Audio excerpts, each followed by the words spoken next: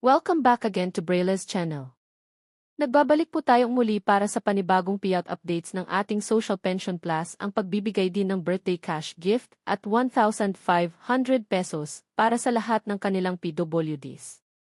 Kung saan at kailan ang mga ito ay yan po ang ating ibabahagi ngayon. But before po tayo mag-start sa ating topic, kung bago ka pa lang sa aking channel, please do kindly subscribe, like, and share na din sa ating mga kaibigan, kaanak o kapwa po natin pensioners.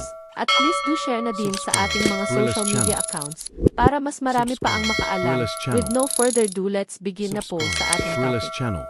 Just in, May to June payout distribution. 3,000 pesos social pension sa lahat ng qualified seniors, plus 1,500 pesos cash benefits sa lahat ng qualified PWDs, NCR at iba pa alamin. Narito pong muli ang mga bagong naglabas ng kanilang payout schedule, maging ang pagbibigay ng birthday cash gift at cash assistance sa iba't ibang lugar. Kung isa po kayo sa naghihintay ng inyong payout, ay tignan pong maigi ang bawat lugar, venue at oras ng inyong payout. Kung ready ka na, tara panoorin po natin.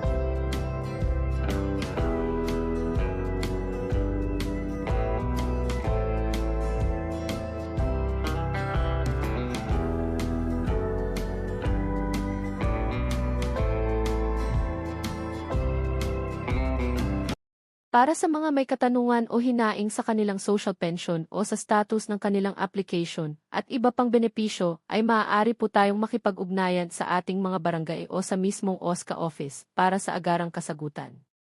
That's it! Sa ngayon ay ito pa lamang ang mga bagong naglabas ng kanilang payout schedule as of this date.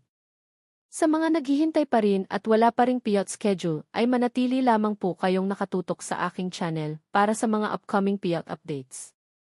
Marami pong salamat and God bless po sa lahat.